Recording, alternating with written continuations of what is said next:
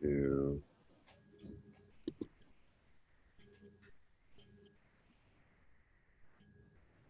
we're ready. Beautiful. Welcome. I'm here with, this is the last day of the convergence rooms for the World Unity Week. And I'm here with Lauren Archer and Susan Davis and Walter Mora with Kinship Earth, talking about their project down in Vilcabamba, Ecuador. So I pass the talking stick over to Lauren. Thank you. She's going to be hosting this session. Oh, and Stephen has shown up. Wonderful. Yay, Stephen, welcome. Yeah, and we have some guests here with us as well. So welcome to everybody who's watching this on the Zoom with us and on the YouTube, and as it goes live around the world. Thank you for being here with us and following your impulse to an evolutionary experiment.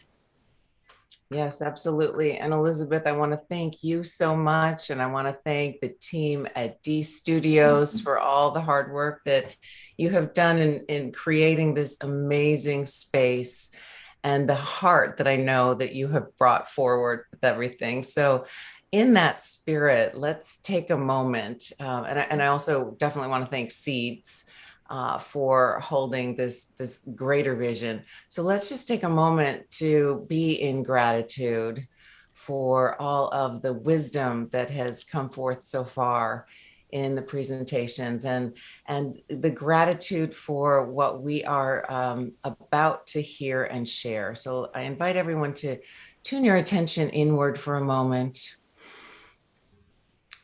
Notice the water within your own being. We've been celebrating Voices of Water and the watershed.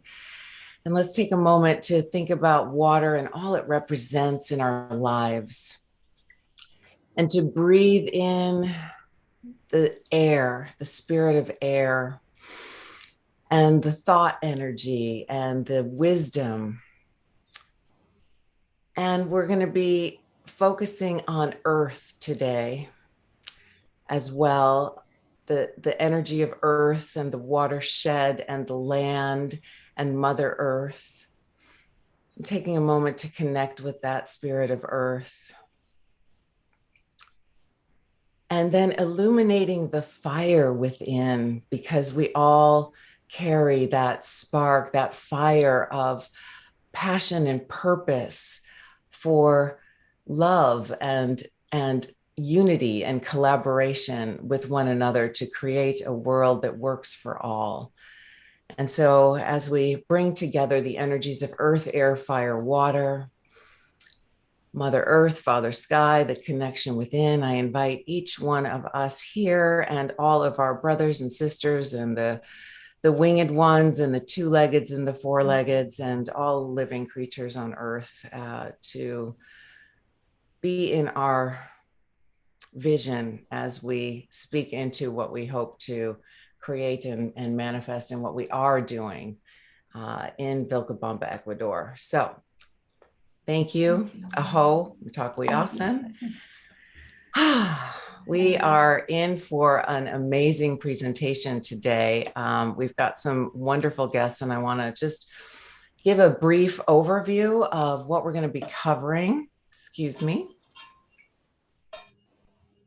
We're going to be inviting you to learn about the story of Susan Davis Mora, who was the founder of KINS Innovation Networks and is now doing so many other things that has taken her vision to global scale. And how Susan met her husband, Walter, and they were taken to Vilcabamba, Ecuador on a fluke almost, guided there. And the story of how they found out that the land that they're living in is quite sacred, and how that has led to this amazing living template of sustainability that they've created.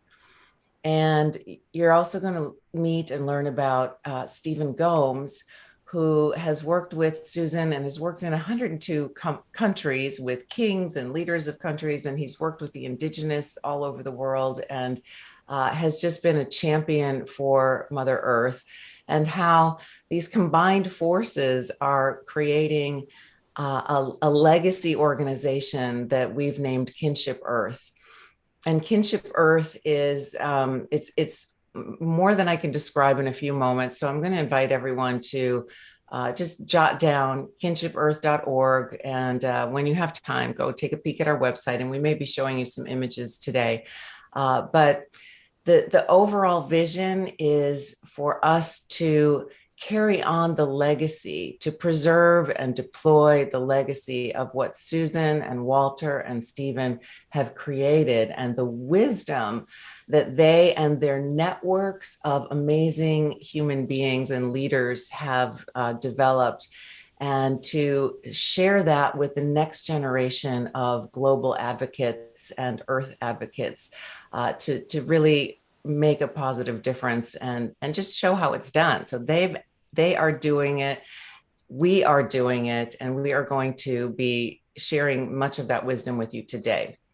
So I'd like to start by introducing Susan Davis Mora and have her tell the story of how Susan and Walter ended up in this amazing place on Earth. But first, let me just tell you that Susan, back in the early 70s, when women were not even allowed to have a credit card, they were not allowed to have bank accounts without their husband. Susan found herself working in the world of high finance. And when she saw the inequality between men and women, she decided to take it upon herself to go around the city of Chicago, where she was living at the time, and very stealthily identify some of the top. She found the top 100 women. And remember, this was the days before the internet. The top 100 women in a diverse area of fields around Chicago. And she brought them together. And it is that power of coming together, the power of like-minded conscious beings coming together and working in small groups for social change, that Susan tapped into way back in the 70s. And this group was so successful, they were able to make inroads in helping all of those women elevate the rights of women for humanitarian issues. She was the one that helped in the banking system when profits were the number one identifier of measurable success. And Susan pioneered this notion of a triple bottom line, that when we get women and men working together, not just men making these decisions, but when we bring women to the table and we bring the voices of the collective to the table, then we are able to have triple bottom line. So that's people, that's planet, and profits. And those models were much more successful than the male dominated, merely profit driven models were. And so this success that Susan developed by inviting small groups of people to consciously collaborate and make changes in institutions and in cultures and in the environment. I mean, she also went to Nigeria and set up micro lending in Nigeria long time ago, way before many of the internet organizations that we have today are available. She did all this with phone calls and individual networks and getting real people involved. So just imagine now. So she's been doing that and multiplying that year after year for 40 years. She created conscious networks of sustainability leaders. The Social Venture Network was one of them that evolved out of a KINS Innovation Network. The Fountain, who many of you may know, with Jyoti Ma and the 13 Grandmothers, was founded out of a KINS network. So while you may not have heard of of KINS networks.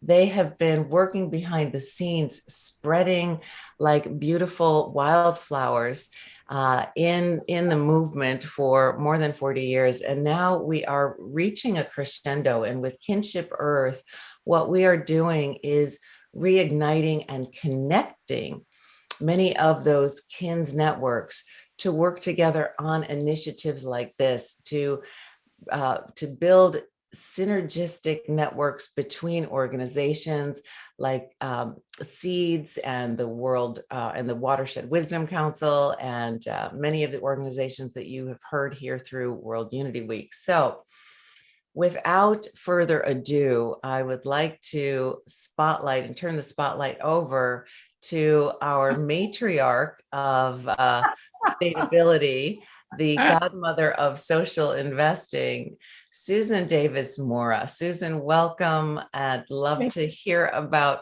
your story and how you came to be in Vilcabamba, Ecuador, creating a local living economy. How did that happen? Well, it was all miracles. And I'll start with my husband because he was volunteering on a farm where a woman was teaching organics. This was 10 years ago or so. And a woman heard that the one who was doing that heard that he was a biodynamic farmer, which is as much better than organic as organics is better than regular.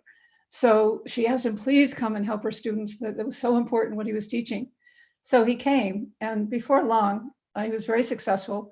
Before long, the neighbor of this woman had a tragedy. She had 2 disabled children she was raising on the dirt floor of her shack, and she got sick herself, so she couldn't care for them any longer. She had to sell the land next to this woman, and she pleaded with the woman that Walter was working with to have help. And so the woman came to him, and he said, well, first of all, I farmed on 4 continents all these years. I'm not doing biodynamic farming anymore. And I don't have anyway, I have almost no money. And she said, well, how much money do you have? And he told her what was in his bank account. And she said, okay, I'll sell it to you for that. Well, she was desperate. And so we bought this farm that was completely over-farmed, pesticides.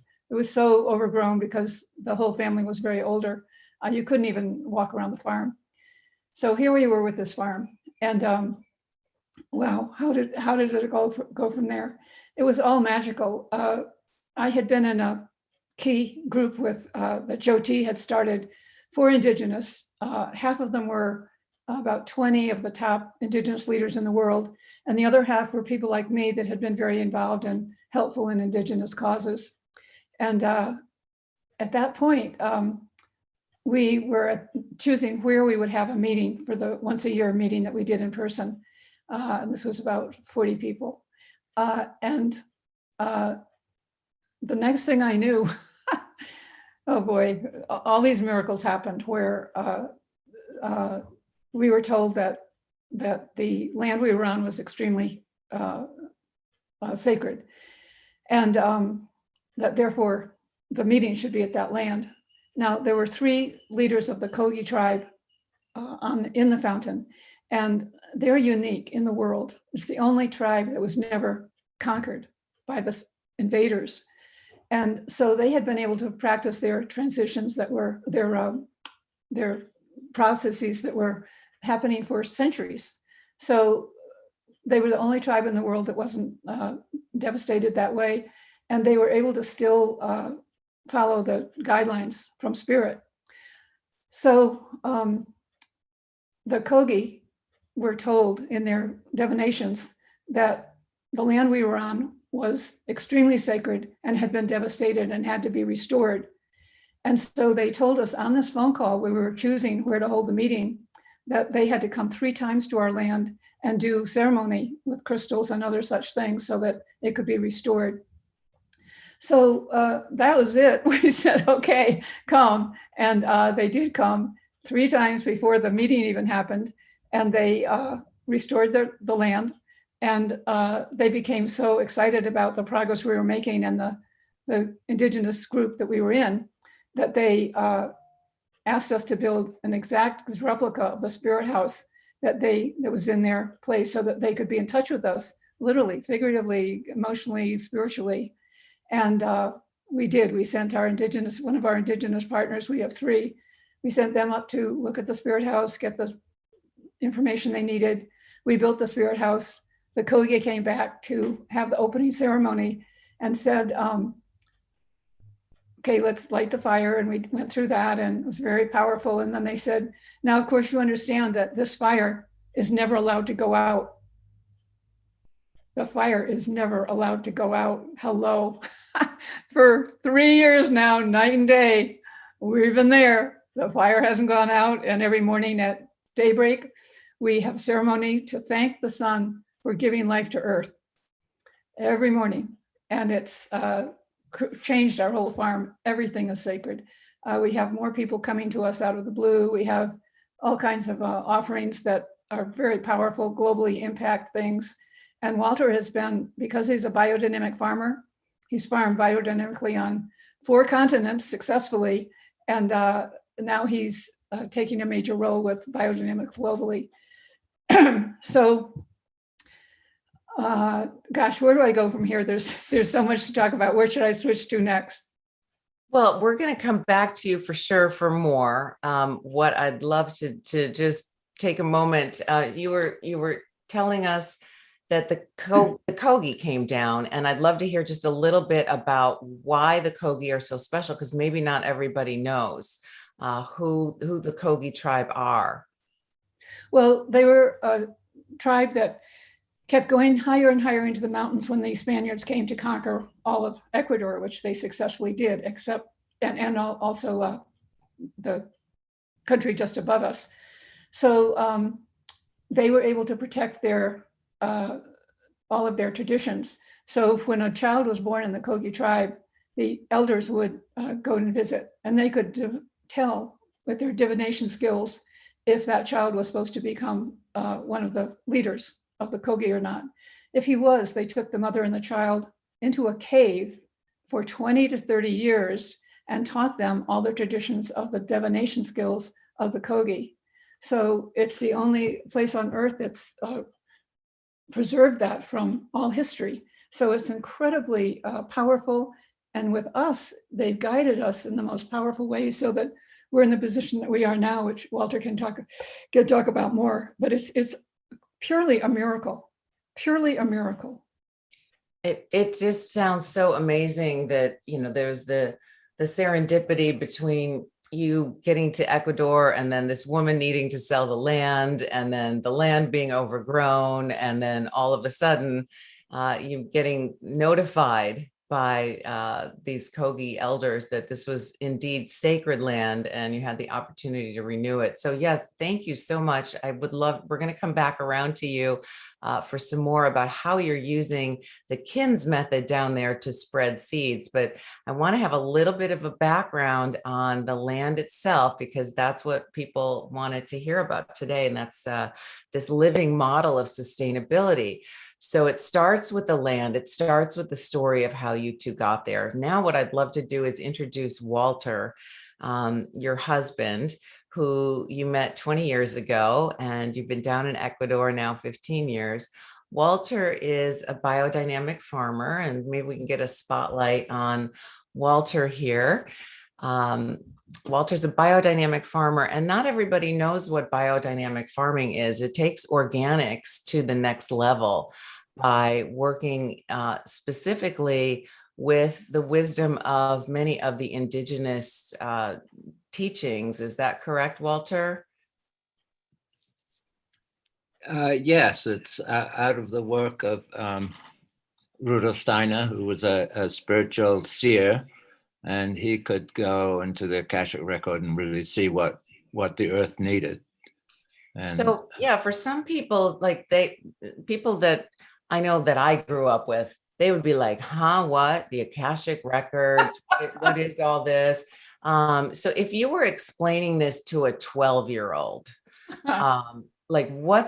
what's the difference between, say, regular farming and biodynamic farming, and maybe touch on something about the worldview that there is life in everything. So I'd love to hear your perspective on that. Okay, well, quickly, there are like 4 principles or ideas that stand behind biodynamic farming. One is that we create a farm ecosystem. So we're very diversified. So we try to grow all the feed for the animals on the farm and also create all the fertility for the farm on the farm. And then we have biodynamic preparations, which are herbal homeopathic preparations that we spray on the land and also put in the compost piles. And then we use a planting calendar that's based on the moon, going through the constellations.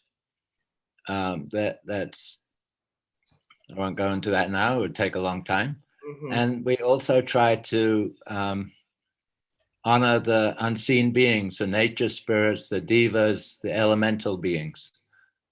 That's an important part too. And really, I like to say that the physical world is a reflection of the spiritual world. So how do we incarnate those spiritual ideas into the earth so that the food we eat, is imbued with the life forces of the whole cosmos? Because, in conventional farming, that connection is broken. The earth is so dead that the planetary forces, the constellations, and the sun and the moon can't really imbue the earth anymore with the life force that we need in our nutrition. Well, so one of the things that you mentioned that you're going to be doing soon with the Kogi elders is a water ceremony. Can you tell me a little bit more about that? So this is preserving the wisdom of the indigenous in terms of working with the land. And so you've invited the Kogi in. Can you tell me about what that water ceremony might be like? Yeah, that's really exciting. They have the technology to revitalize springs. So they use quartz crystals around the spring, and then they do ceremony. The earth is a living being, and water is a living substance too. So they can connect with water and bring it back. And when we do, we're hoping to have a 4 or 5 day workshop. It's not all worked out yet, but I'm pretty sure it's going to happen in September. As I know from when the Kogi came to our place before, they do a lot of like clearing exercises and despachios, offerings to the earth, to the elemental beings, the nature spirits, and also cleansings for exercises for ourselves. And that'll be a big part of the work. And you have a teaching center there. You have volunteers that come through, and you have been teaching many of your principles for many years. So can you tell me a little bit about some of the things, the principles that you teach, or the ways that you are spreading this wisdom throughout the bioregion? Yeah, before COVID hit, we used to have a lot of volunteers. It's not so active now, but like right now we have 4 volunteers. And our life really evolves around growing the food, preparing the food, and eating the food in community. And so it's really all about connecting with the earth. But we're in the South, and the whole idea of the condor and the eagle flying as one is very important. And most of our volunteers and visitors do come from the North. That we're a little disconnected from our heart forces.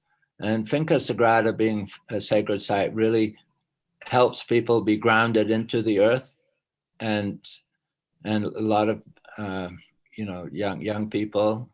They're not all, some of our volunteers, well, they're all over the place, from 18-year-olds to 60-year-olds, but most of them are 20, 30-year-olds. Have, I always say they're trying to step out of the matrix and find a new way to be. And connecting to the earth is so important. For many of us from the north, we're like 3 or 4 generations away from growing our own food and being connected. And we're really able to give people a taste of how it could be, living a more simple life, not so materialistic, and being supported by Mother Earth.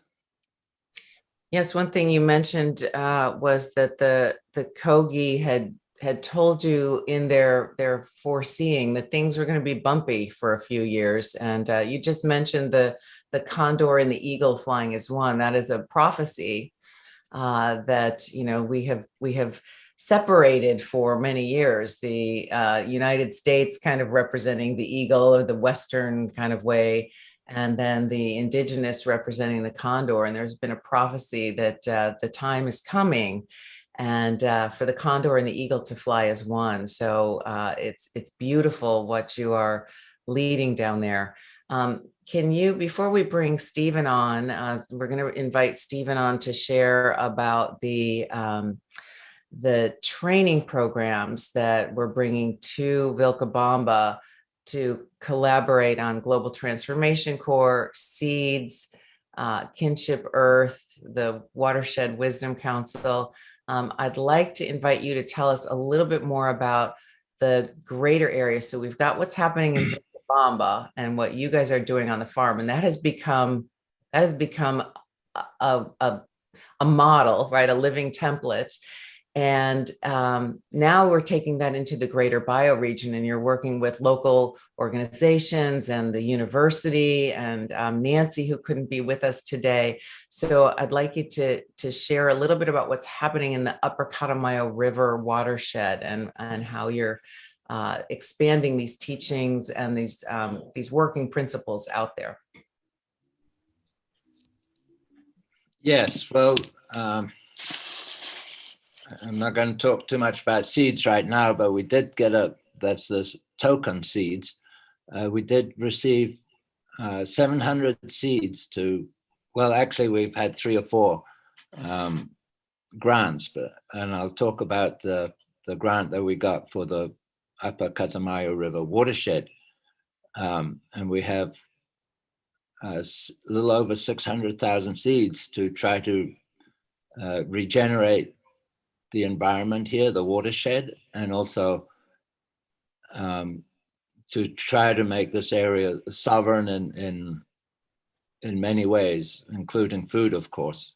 So we have projects like we can support people planting trees. They can get 25 seeds if they plant a tree, or we're going to support the organic market. If you go there, you get seeds if you buy there, and also the vendors will get seeds. Or we've supported a community garden where for every hour somebody works in the community garden, they get 5 seeds. And also, if you sign up for the download a passport and have a seeds passport, you get 500 seeds. So we have two ideas. One is that we're really trying to bring a lot of seeds into the community, into the whole watershed, so that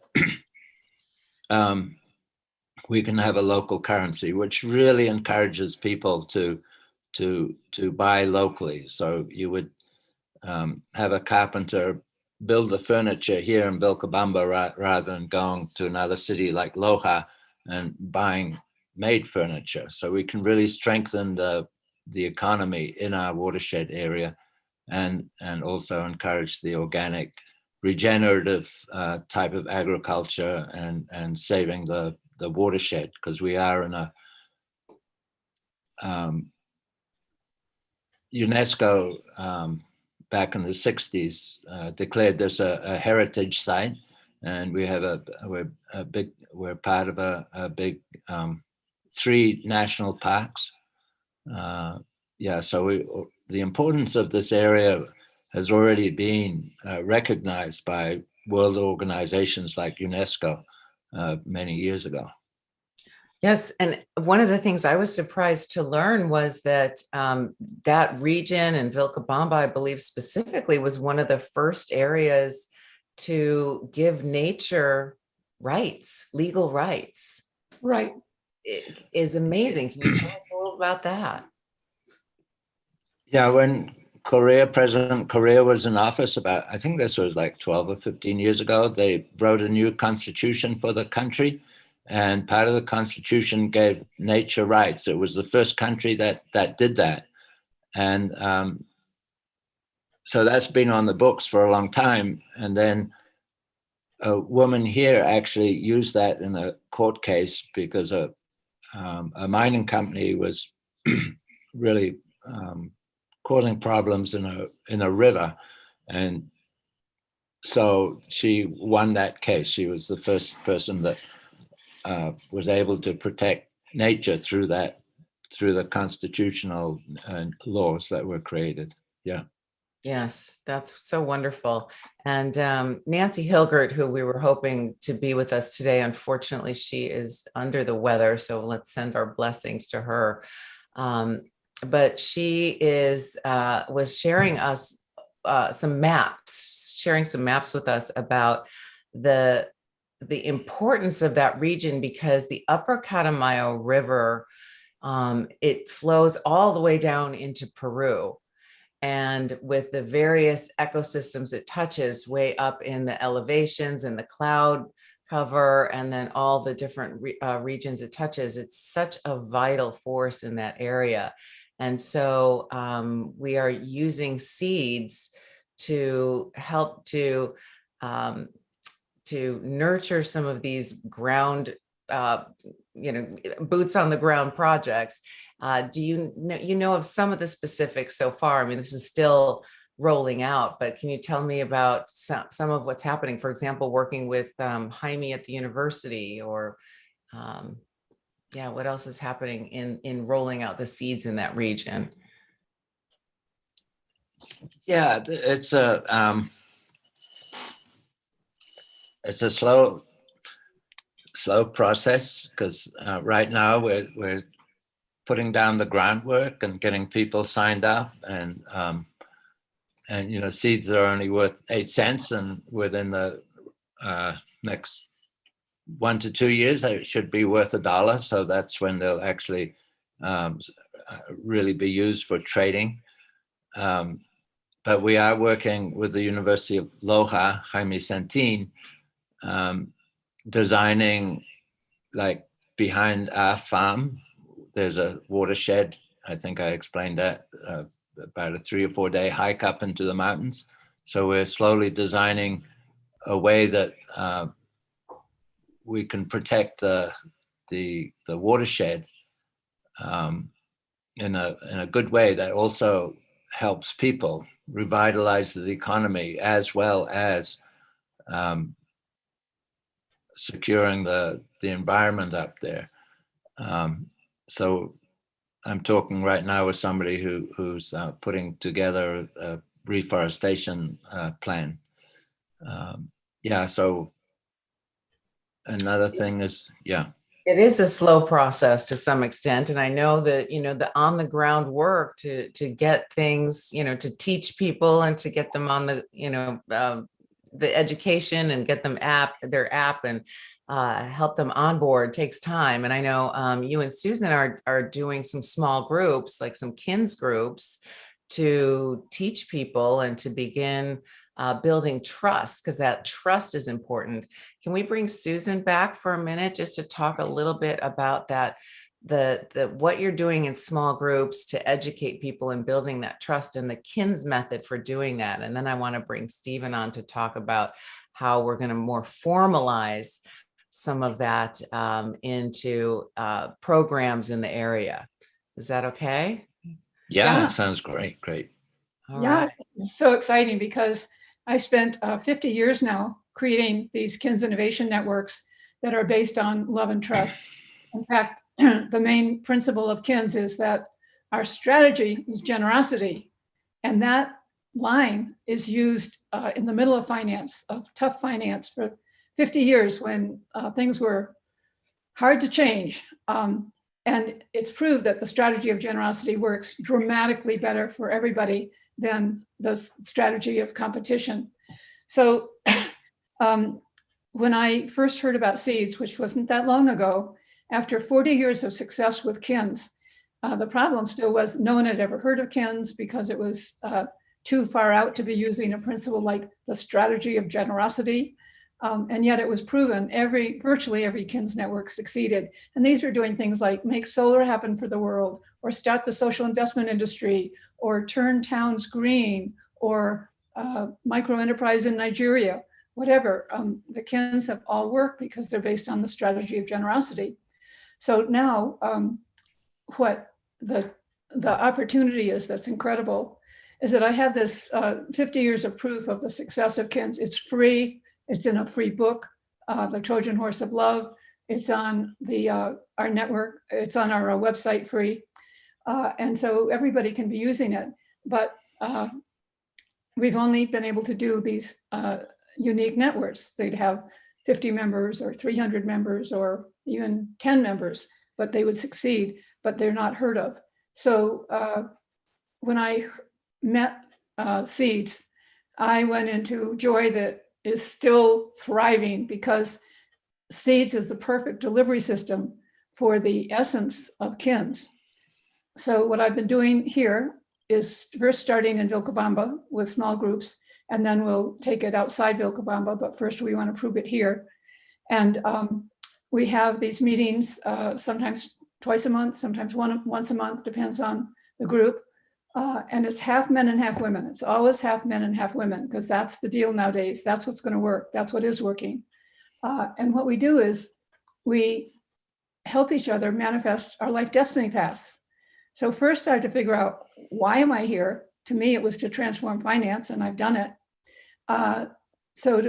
Why are we here? And then how can we help each other? And it's just joyous, because you're not in competition with anyone else for their life destiny path, and you can be immeasurably helpful to them and vice versa.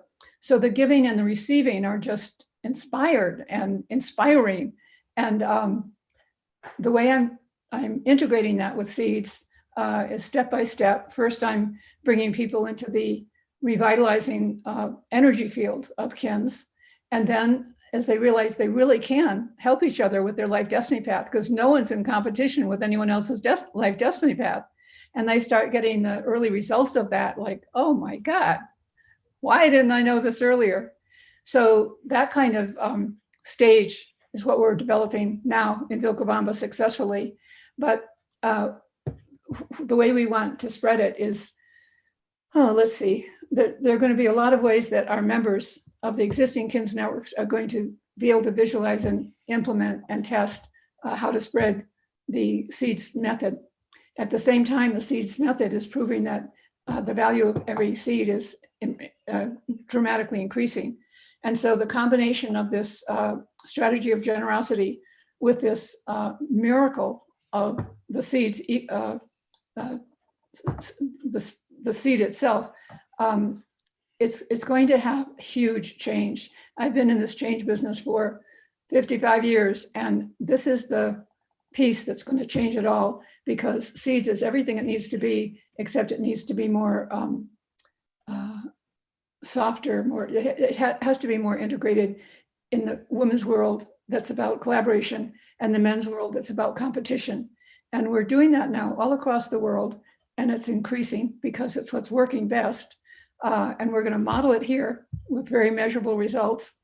And so I'm ecstatic, because I spent my whole life getting to this point where KINS can do everything it needs to do, but it has to have a seeds merger. So I'm doing everything I can to facilitate that. The results are proving true. The members at the meetings are so excited and inspired. This is where the global transformation will really happen. Town by town, Vilcabamba, others, all the others, just going to be a inspirational that nobody can resist. That's my story, and I'm sticking with it. I love it. So I'd like to translate a little bit because, not everybody knows what a KINS network is. And so on our website at kinshipearth.org, Susan has generously she has her ebook available called The Trojan Horse of Love, which is her amazing story of how she has created some of these KINS groups and how some of them work and her philosophy behind it. You'll also find under the How We Work tab the core principles, and then we are putting together a guidebook so that small groups of, ideally 12, but you can have a larger or smaller group depending on your network, how you can use these principles to work harmoniously in small groups with minimal, what's the word I want? Minimal conflict. There's a strategy for being able to deal with conflict. The strategies have been designed for elegant collaboration and co-creation. So I would encourage you to check it out and get on our email list if you're interested in learning more and staying up to date on some of these projects that we're unrolling.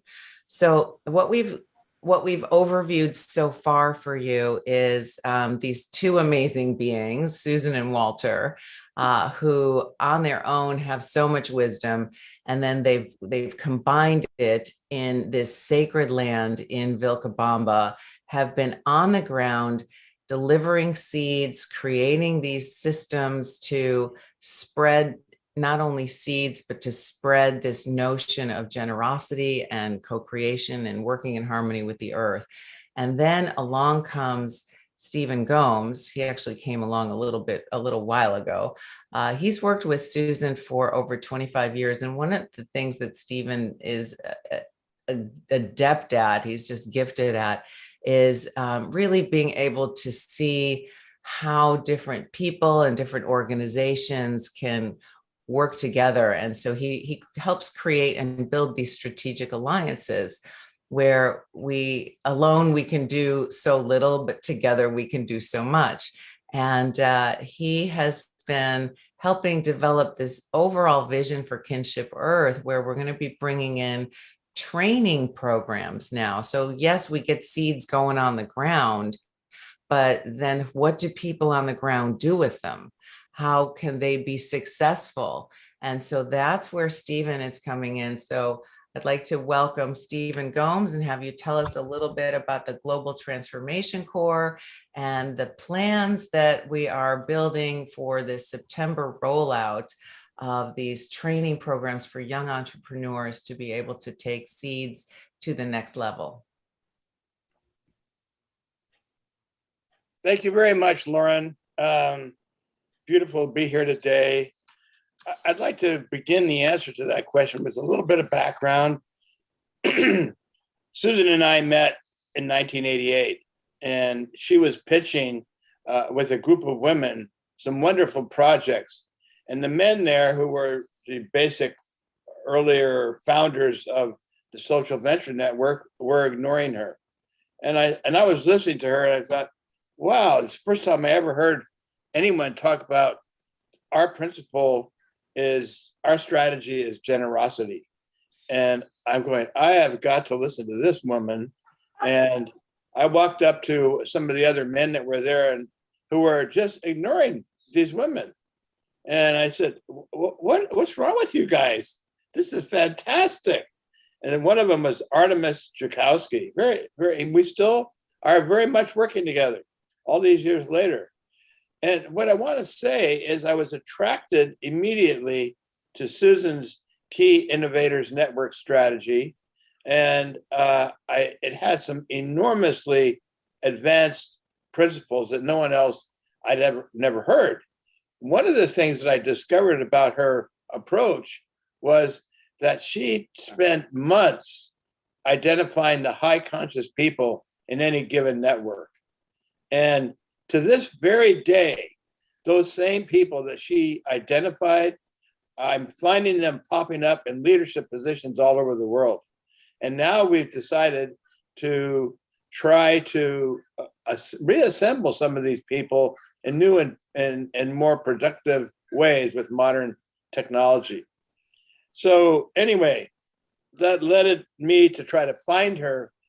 I lost track after I'd been working with her. We went to Colorado together, and we studied the Manitou Foundation, which was set up by Maurice Strong, who did the Earth Summit in 1980. He was with the United Nations, and that led me on a whole different path with working with Native Americans in South Dakota. And I realized in early days that she was making a difference in the world. And I have this gift of, when I look at things, I can see the success path. I can see all the various pieces. It's like a fabric. I can see the whole fabric, even if the fabric is not there. So I can stitch that together and make a whole cloth. And so I saw that with Susan, but then I lost track of Susan. I couldn't find her for a long time. And it turned out that she dropped out of everything for 15 years because she thought she was going to die. She was told that she was going to die. So all of a sudden, this gift of Susan Davis is gone. And I'm going, this has to change. And so I started this 18-month hunt for Susan Davis, who was buried somewhere. I don't know how she got so buried, but I finally tracked her down to Vilcabamba and reintroduced myself, started a new conversation. She told me about her farm, and it was an amazing conversation to catch up with her after all those years.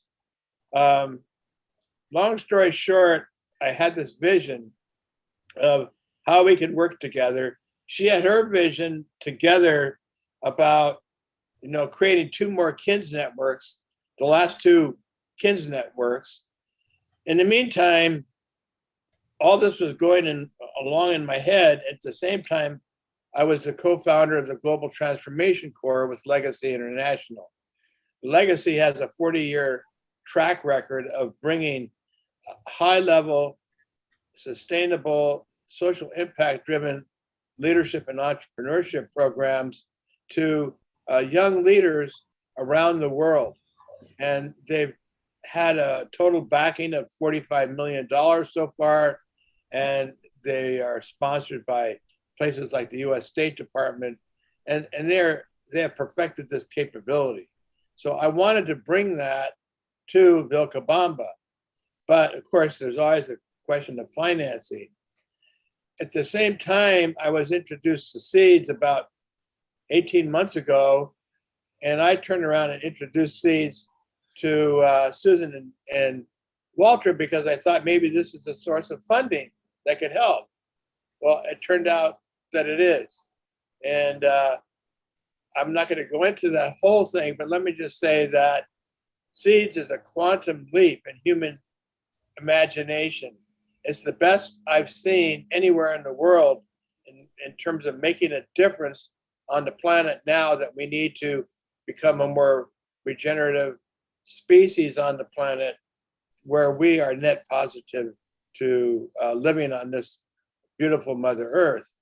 And so with that, I started trying to work on combining seeds, Global Transformation Corps, and bringing them together in Vilcabamba in September. And lo and behold, at some point, Basil from Seeds and Kim from Seeds introduced me to Elizabeth Harold, who is now on this program today. And Elizabeth and I ended up in being on the ambassador training corps for Seeds. And we set up our little group called Seeders. And now we're writing a grant together to bring the Global Transformation Corps key leadership training program to Vilcabamba and combine it with the watershed project down there. And we're in the midst of doing that. We're all going to gather there September 10th through the 26th. So that's my long answer to your question. Woo!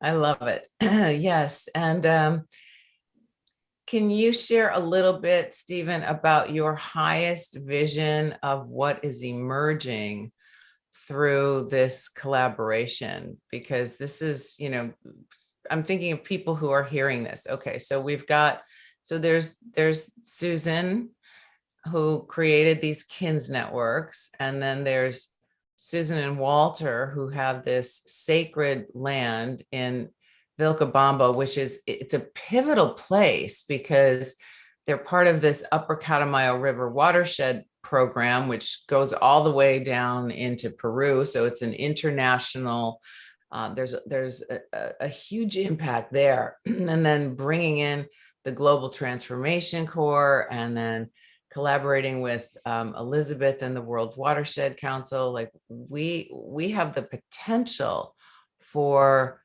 a major impact. So can you share a little bit about your highest vision on what you see this capable of delivering? Because we're already, like, it's already happening. Well, to answer that, I have to say that you're part of that highest vision yourself. And that when we were looking at how do we go about doing this, I suggested to Susan and Walter that we needed a nonprofit organization, which we got together and brainstormed, and we decided to call it Kinship Earth. But then, great, we have this nonprofit, but we don't have the right person to actually be the executive director, and that's a critical question. So part of my highest vision was to find that right person. And that right person was you. And I've known you for so many years. I've watched your skills, your abilities, your value structure, your background. And my wife, when I was talking to her about how do I find this right person, and she goes, well, you know her already. And I go, really? I know her already? And she says, well, of course, it's Lauren. This, of course. Said, well, of course, it's Lauren. I go, oh, yeah, but where was I? At the wheel, I'm so looking at everything, and the obvious, most perfect fit was Lauren. So anyway, that's part of the vision.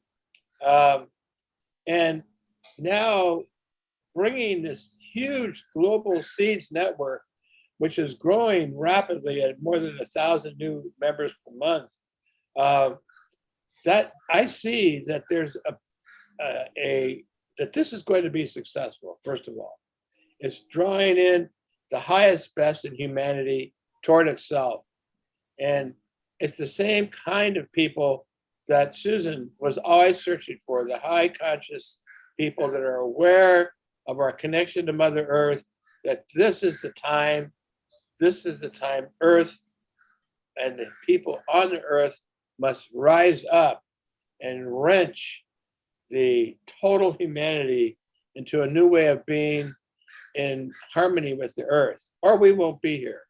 It's really that simple. And so with these eco-village projects, they're popping up all over the world. And I looked at Susan and Walter's project and said, that's the ideal template as a model for all these other eco-villages. And if we can come and support an on-the-ground team to implement these almost 2 million seeds that they received in their grants from seeds, and help them train a cadre of people to go out and really get this done using seeds, then we will really have done something. So we have our first joint meeting between the Vilcabamba Core Network and the Global Transformation Core Network is meeting next Thursday, 8 o'clock. And we're going to start integrating and preparing that joint meeting in September. But I see this as a template and a model for all these different eco-villages, Africa, Asia, all over the world. And this is how we can help start them across the globe. So that's my vision.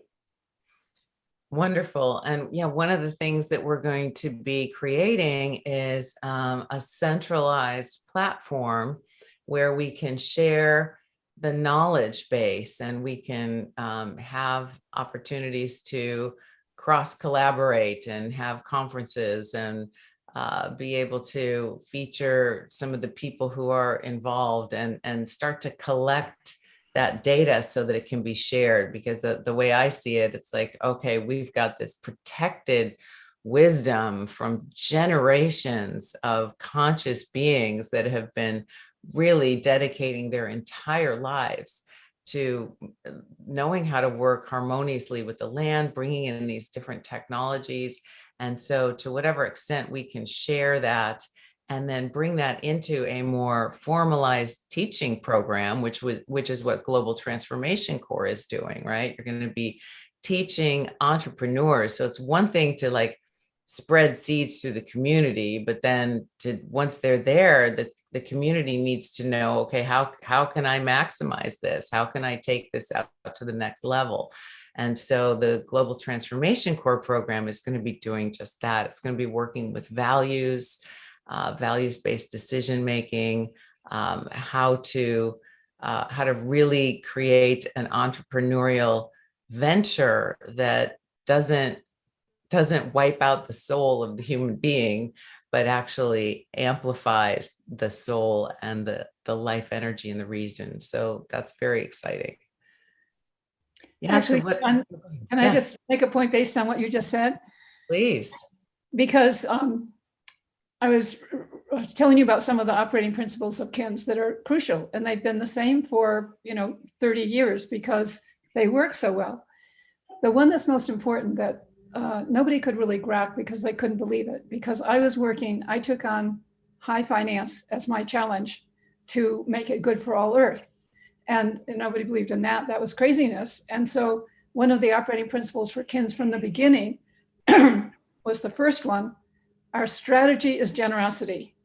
Now imagine for the last 40 years putting that out in finance, like people just pretended I didn't say it, I couldn't have imagined it, et cetera, et cetera. Well, now consciousness on Earth has risen to where KINS can thrive, seeds can thrive, and we can believe in the strategy of generosity. And Stephen and Lauren can attest to the fact that when we agreed to work together, I told them that I agreed with everything they wanted in advance. And they kind of pretended I didn't say that because that was too weird. But I did agree to everything they wanted in advance. And the three of us have thrived. There's only one time we had maybe a difference of opinion, and we just got over that in 2 days without even discussing it. So if there's one thing I want you to remember from what I've brought forward, that I have a proof of 50 years of using the strategy of generosity to transform finance, and it is working. So that's my gift to the world at 79. Woo! I love it. I love it. I'd like to share a little bit more about that, if I may, because it is Susan's vision of it's sort of the soft skills on how people work together. What KINS is based on are, if you think of it as three basic divisions, right? So we've got the people, and the people in KINS networks, the common element is that we are kindred spirits, which recognizes that we are all one, we are all connected with all life, and we are working together in cooperation, rather, not competition. So having that as a foundational principle is important. And then the principles themselves, Susan developed a set of operating principles, and they're very short, but they're short on purpose, because long layers of lots of operating principles are hard for people to remember. And so she simplified them down to just a handful here. Our strategy is generosity. A deal is a good deal when it is good for all concerned, especially Earth. So that's basically taking into account that any agreements we make, any business decisions, any trading that we do has to take into account its impact on the Earth. The number 3 is everyone does what we love to do and do well freely and little else. So there is no coercion. People don't have to take on roles that they don't want to. It is, we contribute, but people tend to contribute their skills, their talents, and we honor that diversity. My favorite principle is that we sit at the table of unknowing and invite the universe to co-create with us for the highest good of all concerned. What that means is we don't walk in thinking we know it all. We walk in with a conscious choice to say, I don't know. And I'm open to listening to the wisdom of the group and the wisdom that may emerge from the universe in this heart-centered field. One of the things that Susan does is we create a heart-centered approach where people are feeling a state of trust and connection. And yet we recognize that we're all humans. So she has the principle that when someone gets upset, we go within to ask what within us is asking to be healed. And later we bring that story of that healing back to the group to enrich the field. So that is a radical responsibility. That's taking radical self-responsibility. It immediately removes the opportunity to blame or to engage in negative gossip or anything about that topic. If there's something going on, you take it within and you do your inner work and you think about it like that. That takes a higher level of being to be even willing to do that. And then, sharing that story of healing back with the group, that enriches the field. Everyone gets equal time at the microphone, and we return each other's calls and emails promptly. And all information is available to all members at all the time. So, radical transparency, just like what's happening in Seeds with blockchain. Susan was doing it without the technology to have that, but so that's just a really valuable method of working together in small groups. And we have been opening up to Seeds members to, use this method freely to be able to come together in small groups, because that's how we get decisions done. When the groups get too big, it gets hard to manage. And so, these small groups are valuable. What I'd like to introduce next, let me just get back to my little agenda here, and that is, I wanted to open it up for Q&A, but and bring it back to Stephen about anything specifically longer term about where you see Kinship Earth going and the impact that we might have, and then we can open it up for some Q&A. Thank you, Lauren. Well, Kinship Earth is a beautiful vehicle that's going to be a voice of the people, as I see it, connecting high conscious kins networkers from around the world. And we have already brought some of those high conscious individuals into the Seeds network. One specific person, Mark Epstein, who was identified by Susan many years ago, I invited him to join, to be introduced to Seeds, to understand Seeds. And this man is just an incredible genius, an incredible farmer himself, a biodynamic farmer. He's following all the principles of farming on his own land in North Carolina that Walter's doing in South America. I mean, talk about synergy. And I introduced him, and now he's one of the risen to amazing point of expertise in this whole Seeds ecosystem that's developing worldwide. I'm really, really enthusiastic about this whole Seeds movement, because when I looked at Seeds and I looked at the principles that Susan introduced, guess what? They're just about the same. They're doing it with modern technology, with all the abilities that we have today. Susan did it 45 years ago without all that, but the principles are really the same. And so that's why I wanted to bring them together.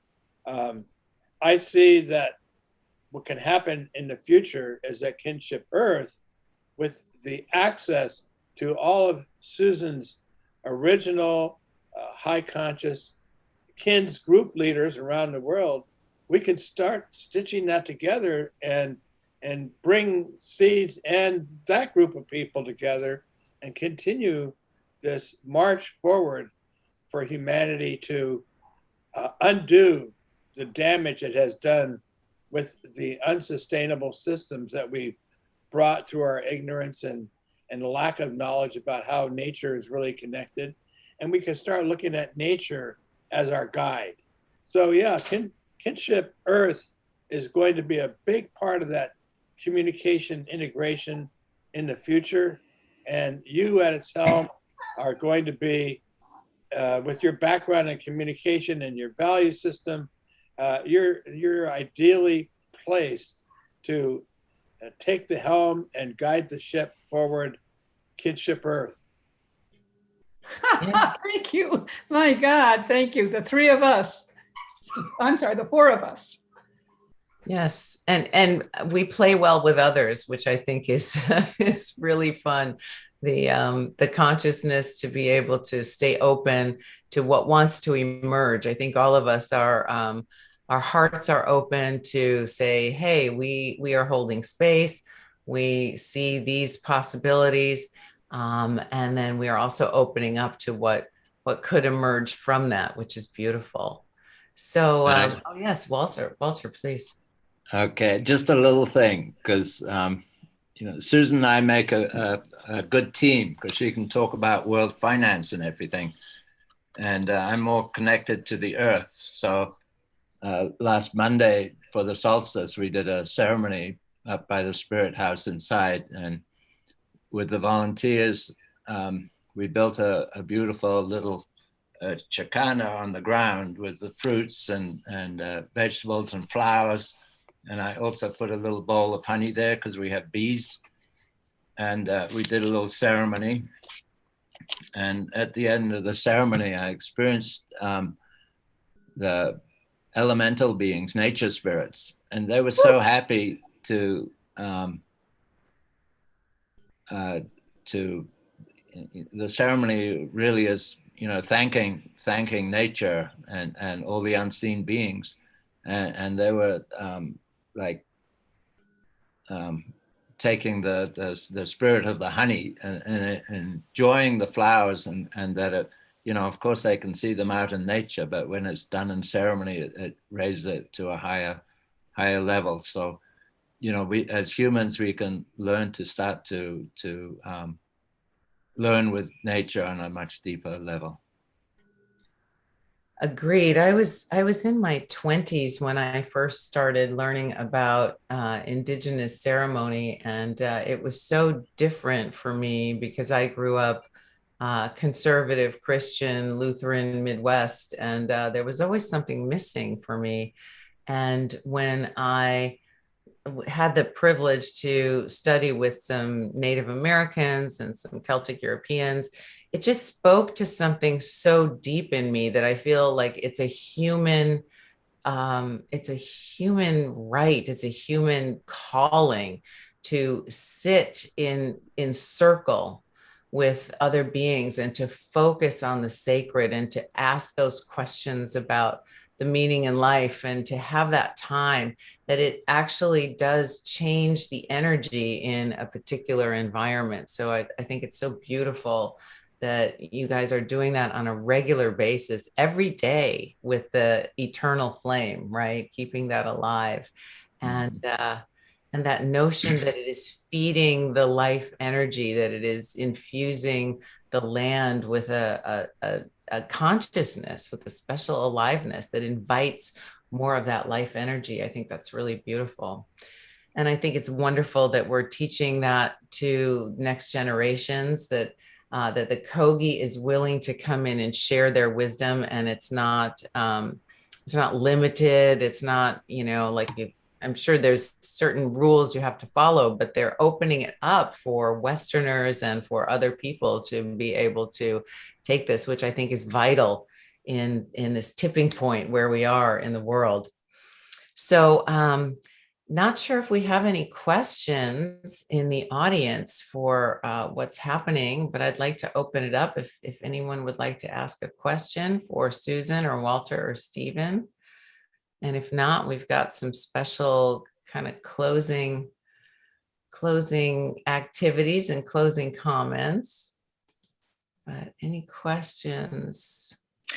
I would like to invite my friend Nashif, who's from Uganda, actually, and he's working with his tribe, the Nubians, to gain land. They're landless people right now, and so I know I feel he has a lot of questions and a lot of interest to what you've been working on there in Ecuador. So, Nashif, are you with us?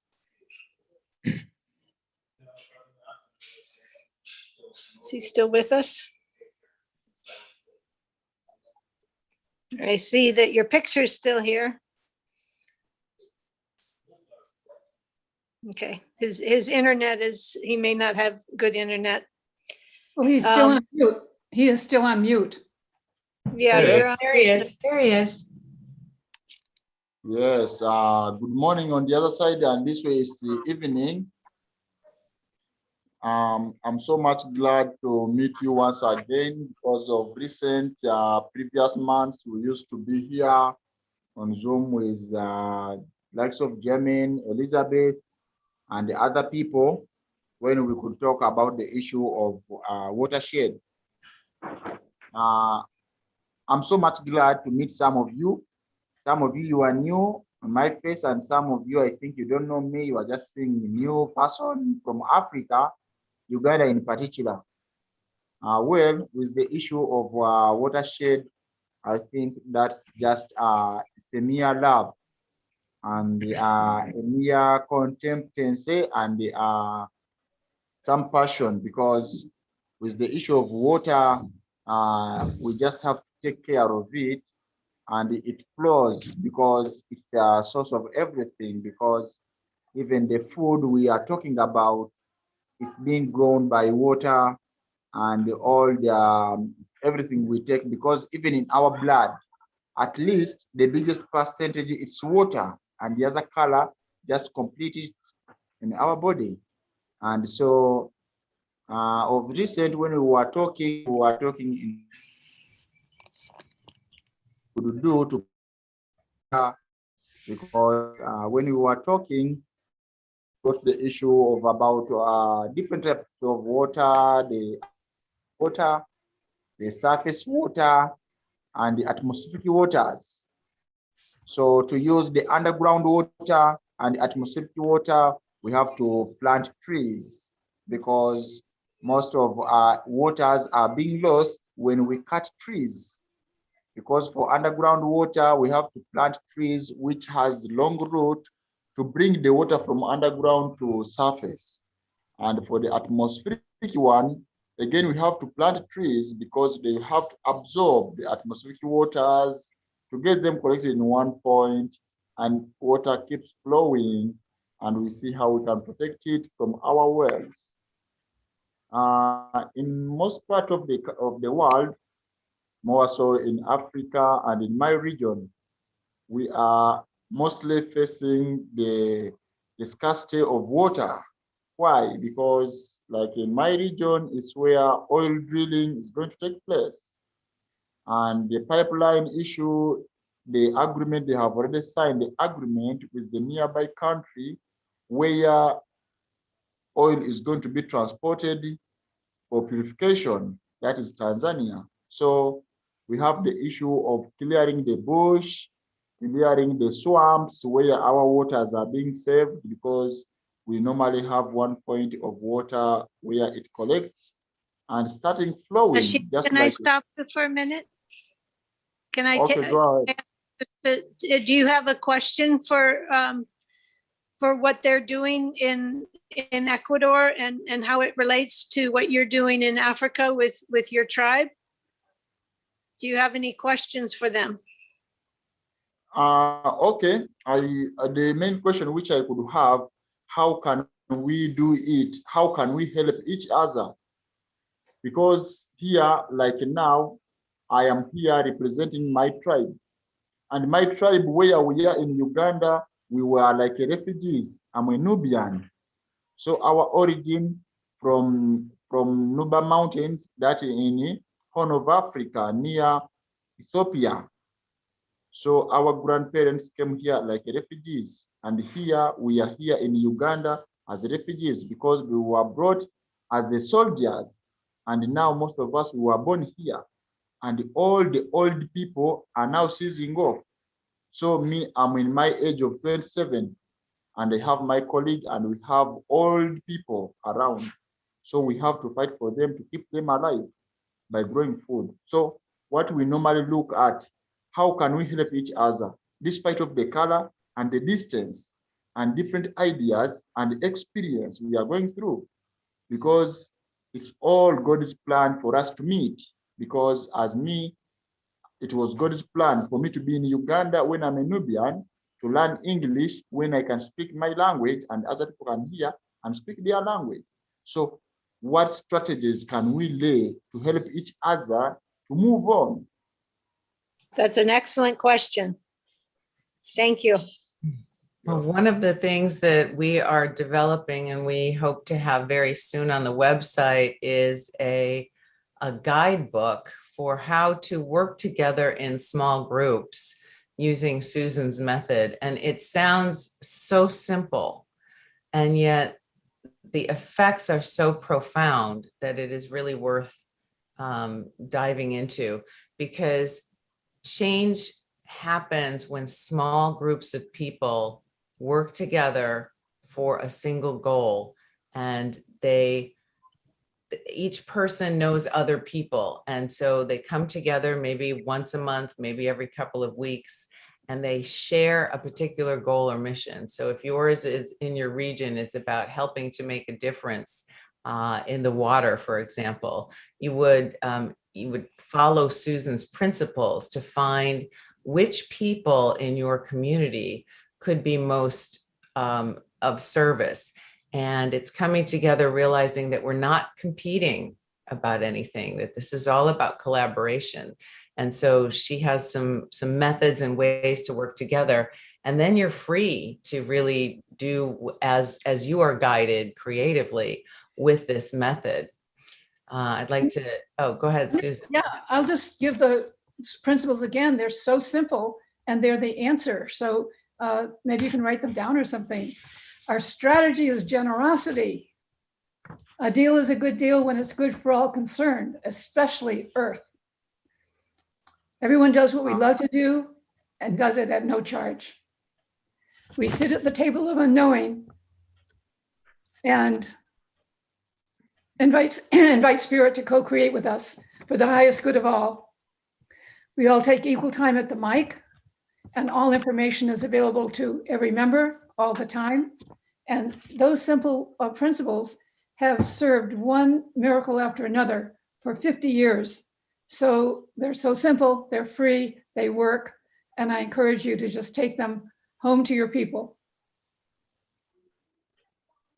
Yes, another thing is like now, as we are laying strategy of togetherness and making some groups, the biggest issue we are having now, connection, because as now they are not allowing us to move distance from other village to other village or from district to district. So we have to be connecting and we see how we can make it. As now I am struggling with, I have my elder brother, how we are doing it. Because as you can see these hands, are you seeing how the scratches are on the hand?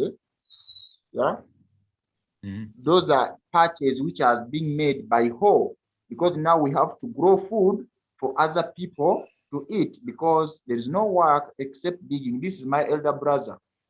So in the evening, he comes here to look for some little survival, and we can take on the community and other elder grandees whom we leave at home. And this phone also is not mine. As I had told Elizabeth, I'm just using it for hours. I'll take it back. That's why you see nowadays I'm not always on Zoom.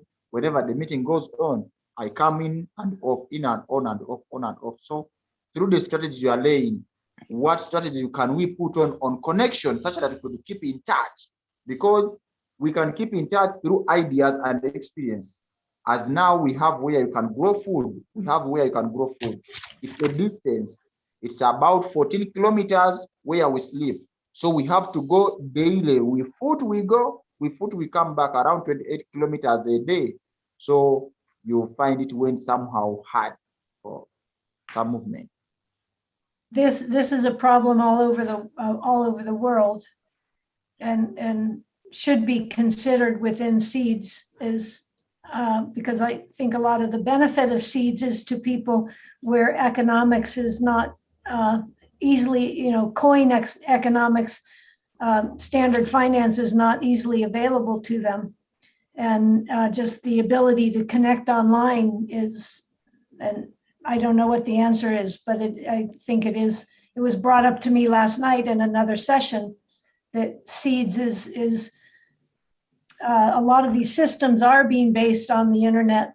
And so for me, it's replicating this as local and global. So if we're not connected globally, we can still be doing the work locally and applying the principles locally and building your local network as strong as you can. And when you can be connected to the global network, then you are able to pull down as quickly as possible as much wisdom and information as you can, and then be able to take it to your local circles. I'd like to make 2 quick points. First of all, right this day, where we are bringing in a new person into the seeds world who's specifically focused on refugees and the whole issue of refugees. And the seeds world is something that Nassif, I hope that you can become familiar with and connected to, because there's going to be opportunity for refugees around the world to participate with the giveaway of 1 billion seeds to those groups around the world. Great. Refugee areas. The other thing I want to say is this is a Voices of Water discussion, and water is now on the earth screaming out to us. Water is the source of life. It is the single reason that we have life on this planet. And when you look at the largest, among the largest watersheds in the United States, the Colorado River Basin is going dry. The whole entire Colorado River Basin, to the point where Hoover Dam, which was built back in the 1920s, it is now only 1/3 full. It's getting to the point where it can almost not generate the electricity or provide the water for the entire region. And that entire southwestern United States is now in a mega drought due to global warming, due to the activities that human beings have done out of ignorance on this planet. So we have a large job ahead of us to change the minds and hearts of enough people on the world to change human behavior so that it's more in line with Mother Nature. And that's what we're about. But we can only do it in our little local areas. We do it the best we can. And as more and more of us are doing that, it will change the world. From your mouth to God's ears. Yes. So thank you for the question. I think I'm looking at the time and we need to wrap it up so that the event can continue. But we have one special closing that I would like to invite Susan to do. This is a song that really captures the spirit of what all of us are trying to do here. We're all trying to show up and let the world know, let the earth know that we are here, that we are here to be stewards, that we are here to be loving, kind holders of space, that we're not here to conquer or dominate. And so, Susan, would you like to sing us out with your We Are Here song? Thank you. We are here. We are here. Keepers of the garden. We are here. When, if not now, where, if not here? Who, if not you and me? We are here. We are here. Keepers of the garden. We are here.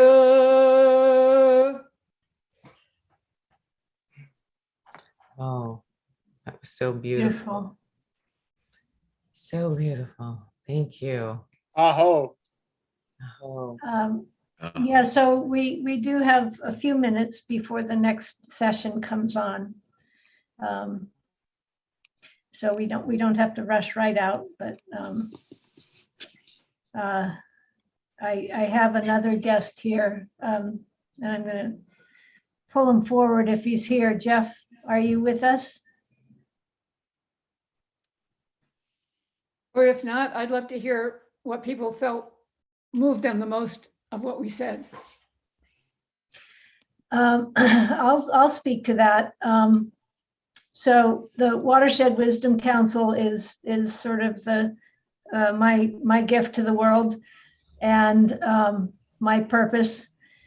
And I realized, Susan, I told you that I was studying with Barbara Marx Hubbard, and I'm now really getting a sense, hearing again, and you were one of the modules that we studied in her mentors training.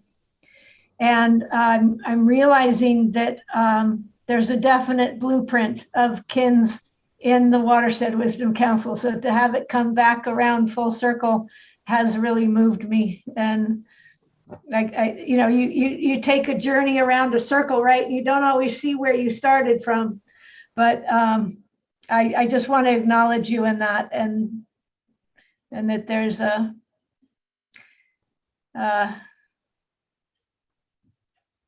just a great honoring for what you've done in your life, and how it's inspired me to, so much, the small groups, the principles that it's in there. So somehow I feel like I found my way home.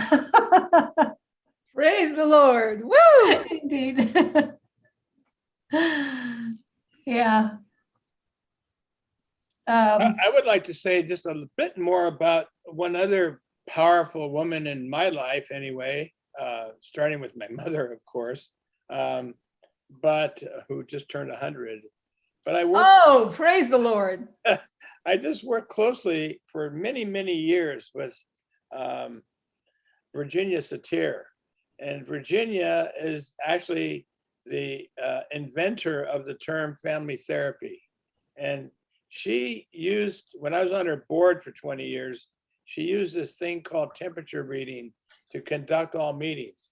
And Susan uses the same temperature reading to conduct our meetings, and Lauren as well with our Kinship Earth meetings. So I just wanted to point out that we have a lot of feminine wisdom in the room. And that's really important to this transition that's taking place on Mother Earth, and the reflection and the empowering of the feminine principle of nurturing and common horizontal communication and inclusivity. This is actually a radical transformation taking place on the earth right now. It's causing turmoil. It's causing a lot of turmoil, but it's shaking us up because we need to be shaken up now. So yes, Well, and Virginia Satir's 4 principles of running meetings, the way she created miracles back 100 years ago, that's what we use in KINS meetings. The KINS meetings, particularly on our farm, been fantastic breakthroughs. 4 simple principles. The first is we do appreciations. Everybody in the room gets to say whatever it is they're most appreciating, no matter what, just sharing it. The second principle is concerns and suggested solutions. You are responsible for bringing up anything that's bothering you that might cause disharmony in the KINS. So you have to say in one sentence, you say, I have a concern that X, and my suggested solution is Y. That's it. It's all out there on the table, not behind the scenes, telling who you've mad at for what, I have a concern that this, and my suggested solution is that. Boom, one sentence, and then everyone discusses it, and in 10 minutes it's fixed. Maybe it takes an hour because it's something really bad, but it gets fixed, it gets aired, it gets healthy. And then the third part of the meeting is just planning. Usually meetings, 3 hours can be planning. No. This is planning like, now we're going to do X. And then everyone weighs in and you get a final X. So it's so time efficient and such a relief that you don't have to go through all the, the bullshit. And then the fourth one is the best part of all, affirmations. You say what you're making happen now because God's behind you. I am now manifesting X, whatever it is. Everyone in silence puts it up with you. And the more people put up the same affirmations at the same time, the more likely it is to manifest quickly.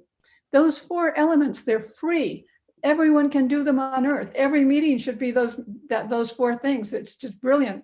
And Virginia Satir gets all the credit. It's just, let's just look at what we have that's valuable. Whoa! Beautiful.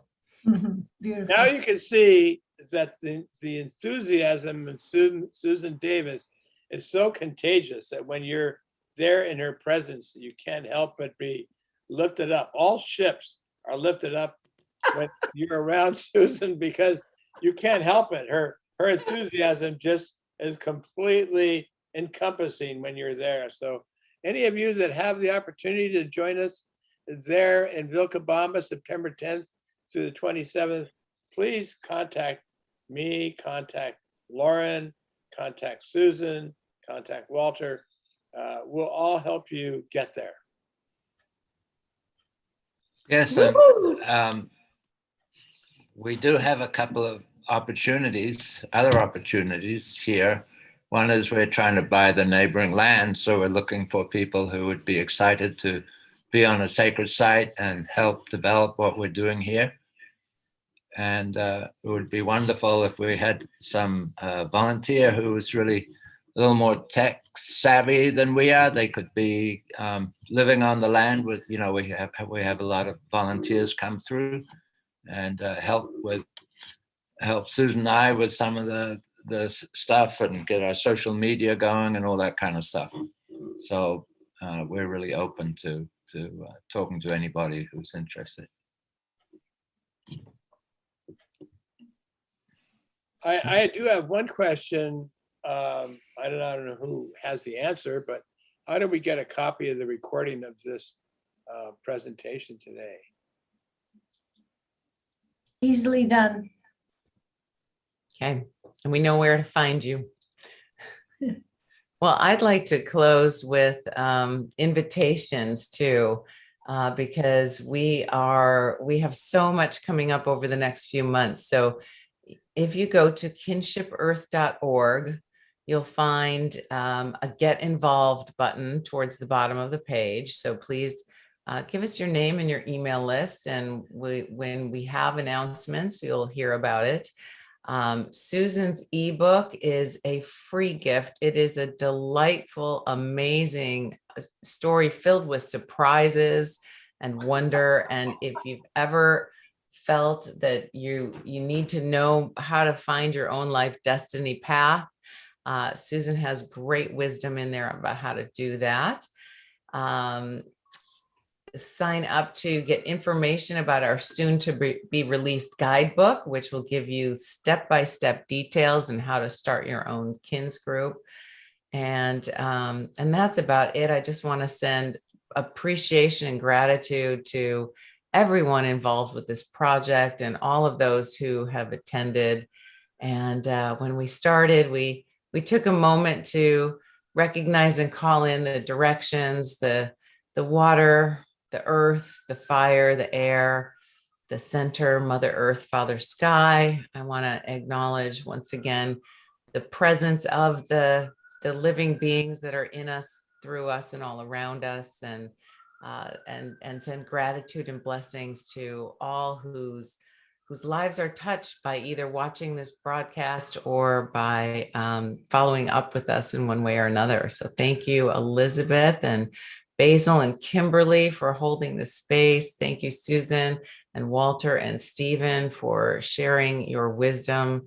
And thank you to Seeds for really making these kinds of projects a priority and something that's worth sharing and focusing about. I'm honored.